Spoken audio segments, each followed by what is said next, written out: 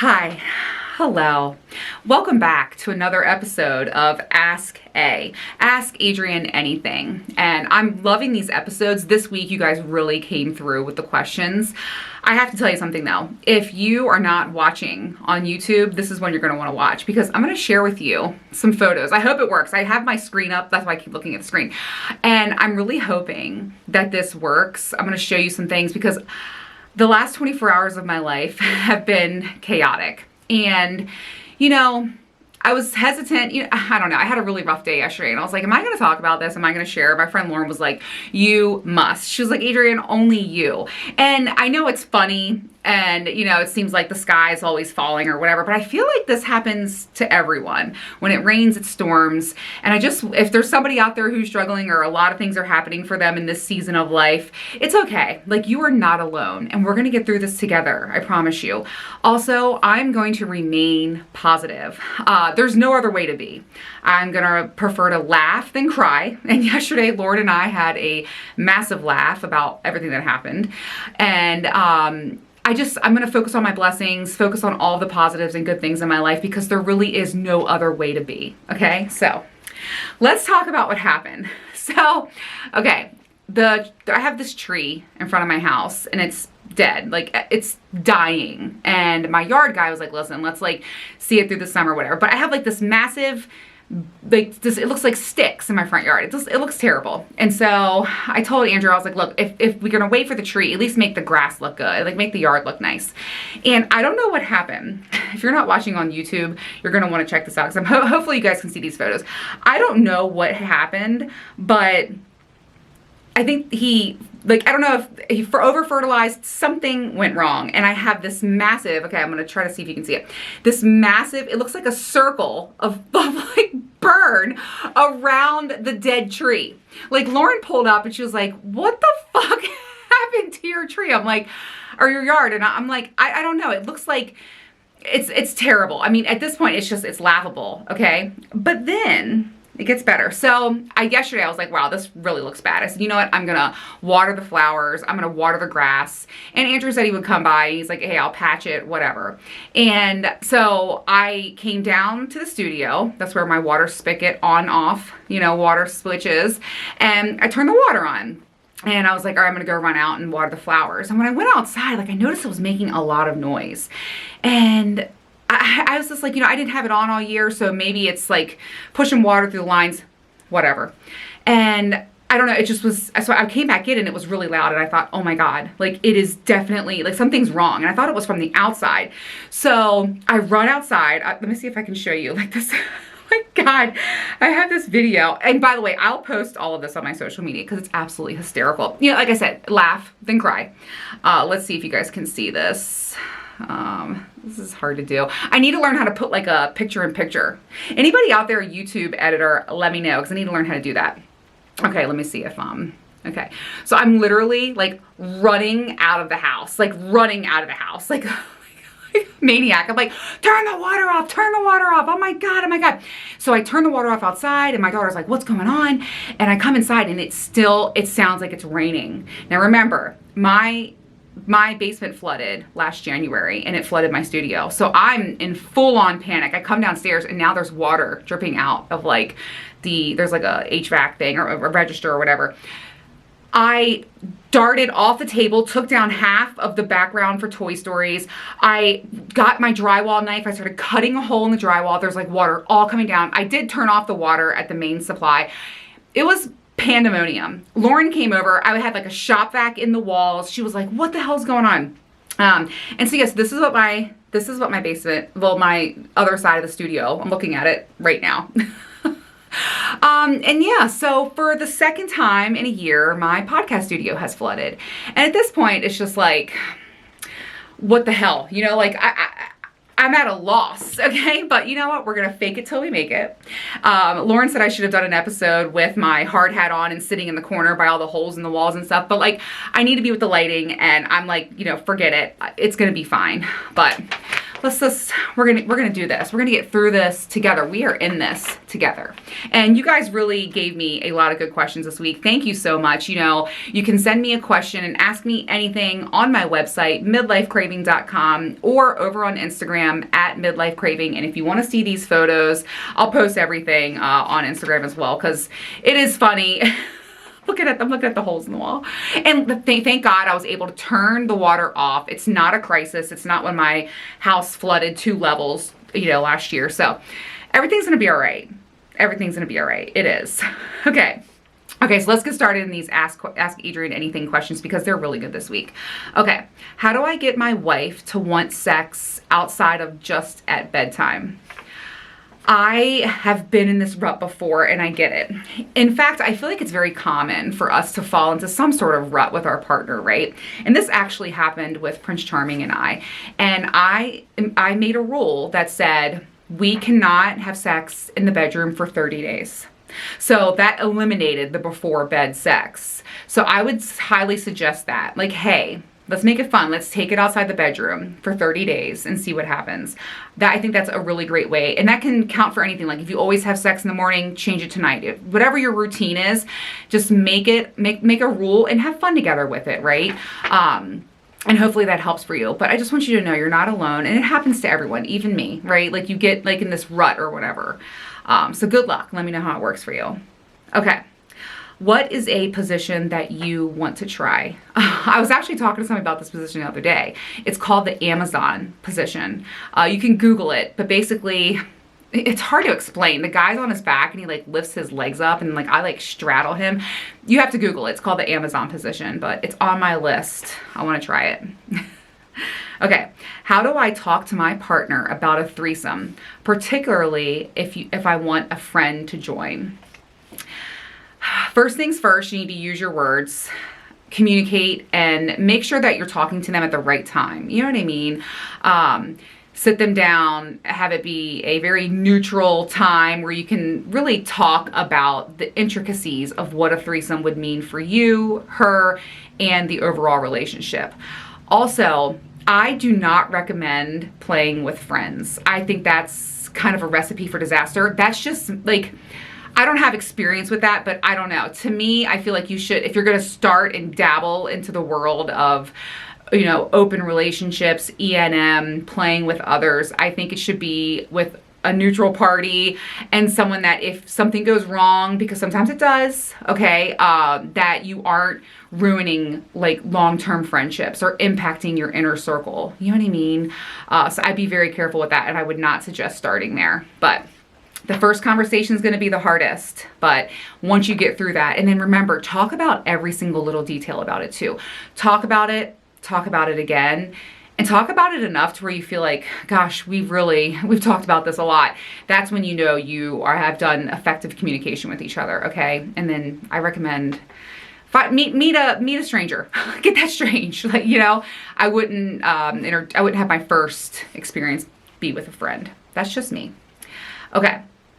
I have to have a hysterectomy, Adrian. Please tell me it's not that bad.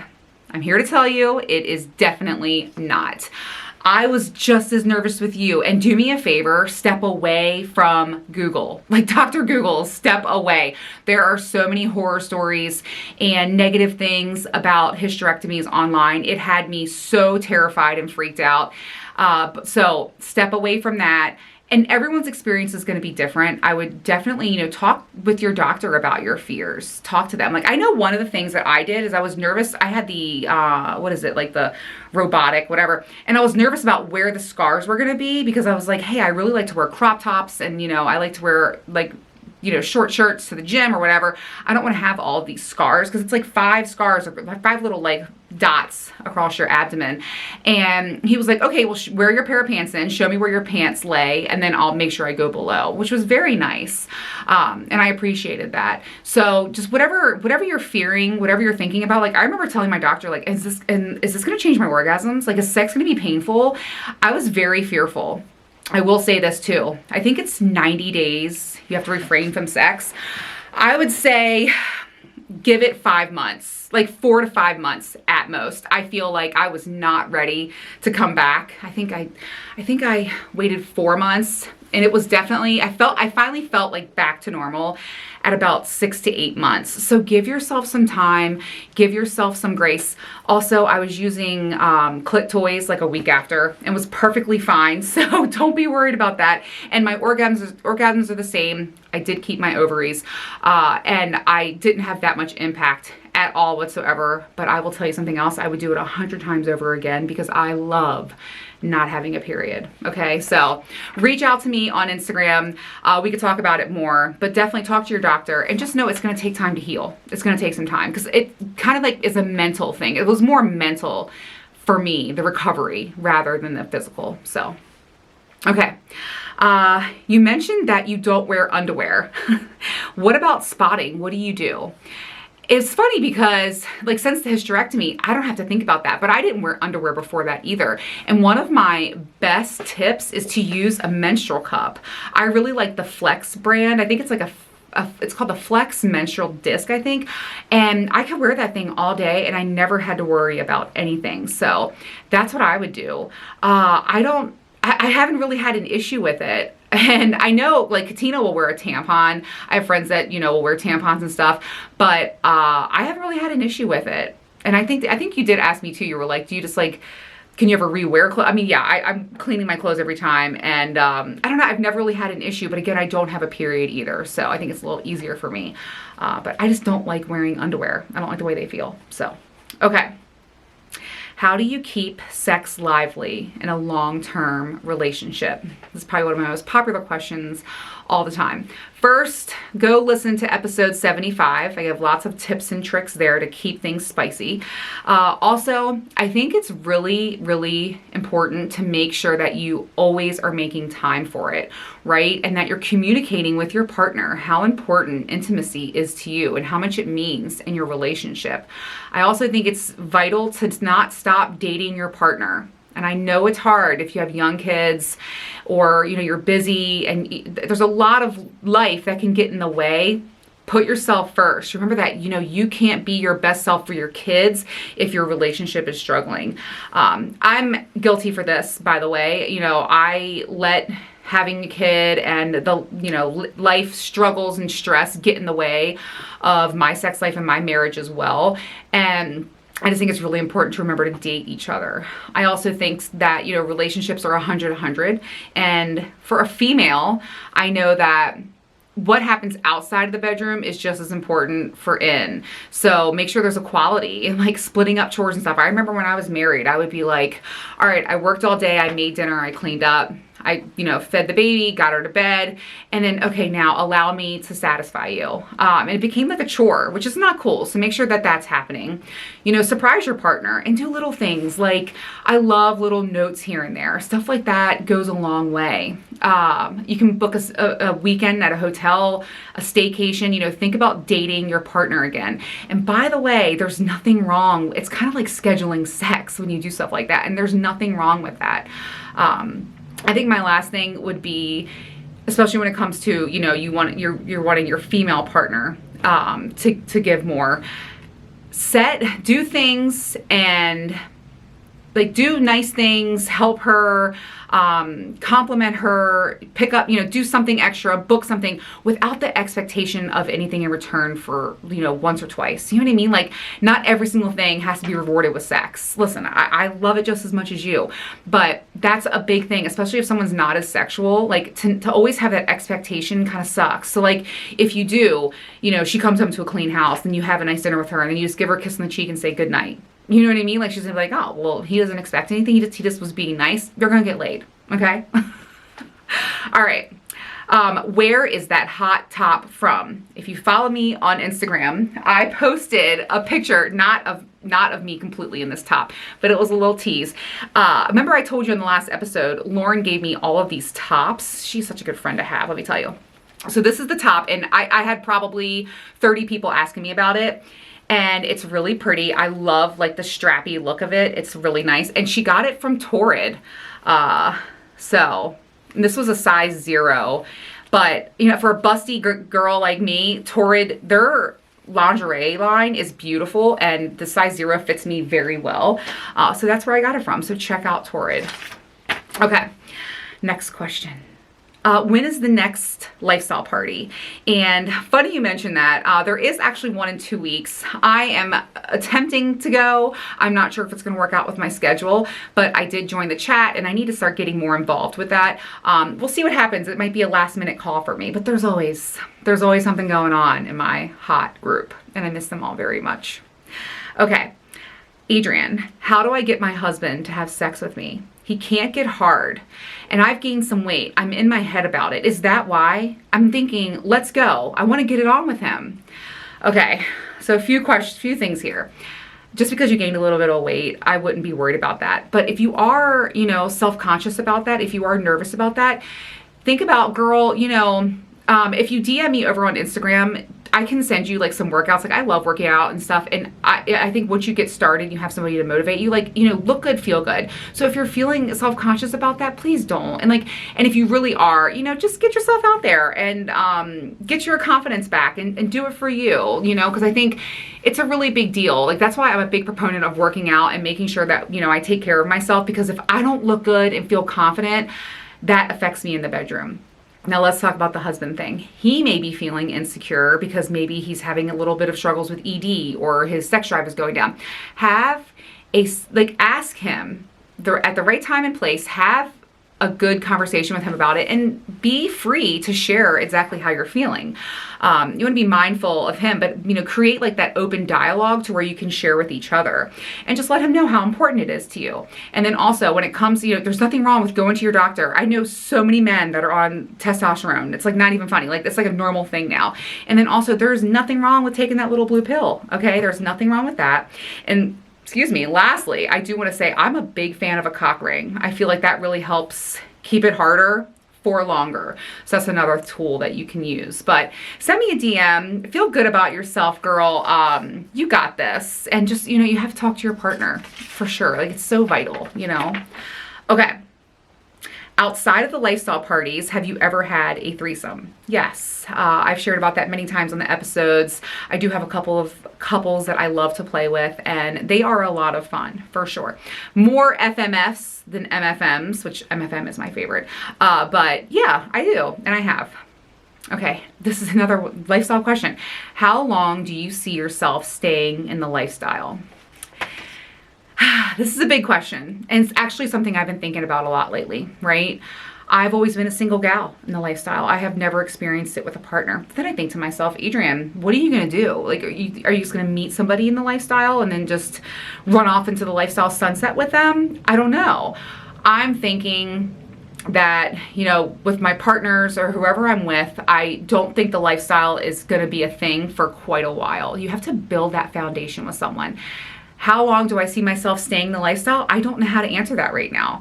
I was in the lifestyle honeymoon phase for about a year, and I was like, E&M and everything is all for me forever and ever. I love it. And I do. I really, really do. And I haven't had any negative things. It's just, as a single gal, and listen, again, I am spoiled by my group and I love being a unicorn. But when it comes to building a relationship with myself, I'm not going to introduce Mike into the lifestyle. Like, you have to have that foundation. You know what I mean? So yeah, that's what it is. Okay. Do you watch porn while you masturbate? Yeah. I mean, not all the time, but most of the time I do. And I like to watch J.O. vids, okay? Because that's the next question. My wife wants me to start playing with another woman as she finds it a turn on. Where do I start? First things first, communicate, over communicate. Talk about where you're going to meet the women, what kind, what is the boundaries going to be, what are the circumstances going to be, and, logistics, everything.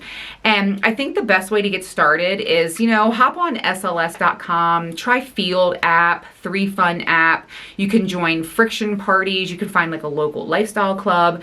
I feel like just slowly migrating yourself into the world, you will find some couples, and there's a lot of women out there whose spouses like to watch them as well.